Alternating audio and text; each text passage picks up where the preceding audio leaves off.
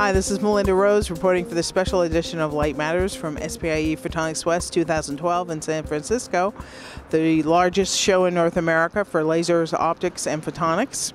The show begins every year with the BIOS conference, which covers biophotonics and biomedical optics. The Saturday night session covers hot topics in biomedical optics and biophotonics, and it covered everything from new emerging applications for OCT to using photonics to restore sight to the blind, and even the first incidents of lasing directly from a cell, biolasing. It was pretty amazing and standing room only, as it always is. Very popular session. Afterwards, I was able to talk to one of the conference co-chairs, Dr. Rox Anderson from the Wellman Center at Mass General Hospital. And here's a little of our conversation. We have a very exciting conference this year. It's always different. One of the main themes is the use of imaging. And I would say that's at three different levels. There's imaging at the tissue level, sort of a macro, high resolution, but still macro scale. And it's very exciting. We have a number of papers and sessions dealing with optical coherence tomography and some of the techniques that have kind of spawned from that.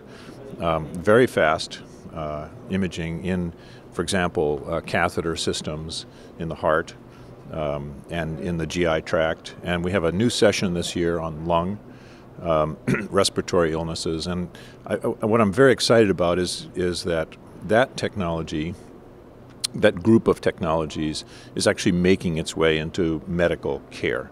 So we're seeing an impact on the way we take care of people. The second level of imaging is at the cellular level. So the ability to see cells in the live state and how they're acting.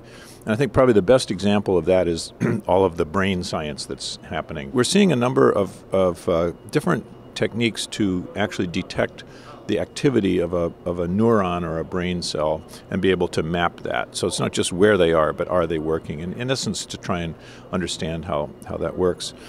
Then the third level, I think, of imaging that's happening in this year in particular is super resolution and even single molecule detection. I think it's very exciting that what we're doing through SPIE and BIOS has an accumulative effect. It's not just what's going on this year, it's the fact that what we see now is a transition into the real world, so to speak. I'm here with Amy Nelson, who is the Public Relations Manager for SPIE, and she's here to tell us a little bit about the new parts of BIOS, the BIOS show. It's bigger than it was last year, right, Amy? Yes, it is. It's bigger by 16%. We have 217 exhibitors here, and I think everybody's been really delighted with the kind of traffic that we've seen today. And there's been a number of very interesting demonstrations going on over in the exhibitor area. What about those? We have over 40 new products being launched here over the weekend. We've seen some of the biggest product demonstrations that we've ever seen at SPIE events, so pretty excited about that. Yeah, it was standing room only for the one I went to this afternoon. It was pretty interesting. So can you tell us anything about new exhibitors at the show? We have obviously a number of exhibitors who are new to the BIOS Expo. Many of them have exhibited at Photonics West in the past, but I think part of it relates to part of them moving over here as well as staying at Photonics West, which is also growing, has to do with a real push these days for translational research, getting the great components and systems that are being developed into clinics and into the hands of physicians so that patients can benefit from those. And in terms of the technical side of the BIOS show, new things there, interesting things there, topics people are talking about? We're seeing a lot of new lasers to go into systems, everything from applications in molecular research to the clinic. So. Great, thank you very much. Thank you. The product demonstration area is a place where companies can talk about their latest products and also the technologies that enable their products. Yesterday there was a standing room only session about micro-optics here with Randall Chinook of Optimum Technologies, and I spoke to him afterwards. Optimum Technologies is a product development company specializing in bio-optics. We've been doing that for 17 years, since 1994. I'm the founder and CEO. And we are here to let the bio-optics community know that we're a resource for contract product development. A lot of companies have a lot of ideas or technology that they want to commercialize, and our specialty is helping them get that idea or that technology into a commercial product. And you just gave a presentation to the other exhibitors about micro-optics. Why don't you tell us a little bit about your presentation and where that's headed? We've been doing a lot of product development where miniaturizing the device is critical.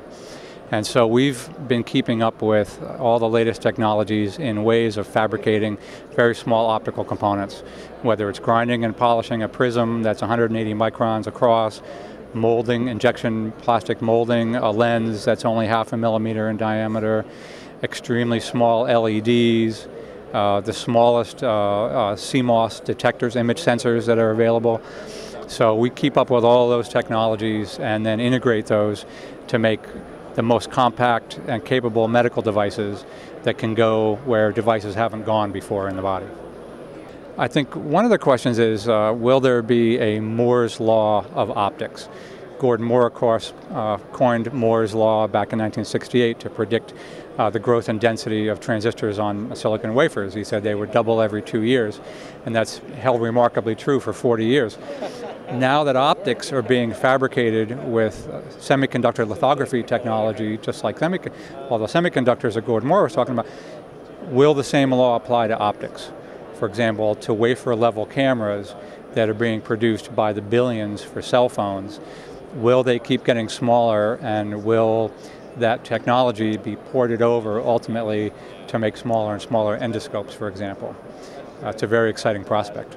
And why don't we talk a little bit about the BIOS show itself now? How many years have you been exhibiting here? This is our 4th year here. And what do you think of the BIOS show? Oh, it's the best show for us. It's only one of 2 shows that we exhibit at each year, and because it's really focused on bio-optics, and that's what we do, we're here. The show has grown. We started out with a table. We've now gone to a full booth, and it's a great show for us. We meet a lot of good people. That's it for this special edition of Light Matters from the BIOS show at Photonics West. If you're going to be here during Photonics West, come on by booth 323 and say hello, particularly on Wednesday between 10 and 2 when we're doing our special Light Matters promotion. If you come by and appear on camera and tell us how you're using light to change the world, we'll give you a Light Matters t-shirt, and you'll also be entered into our iPad 2 drawing. If you're not attending Photonics West, you can still win an iPad. You just share a link to this episode or any episode of Light Matters with a friend or colleague and copy us at lightmatters@photonics.com on the email, and you'll be entered into the drawing. The deadline is February 1st.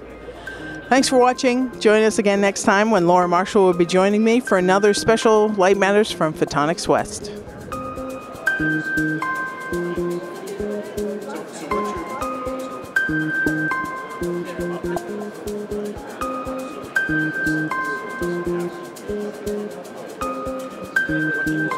What do you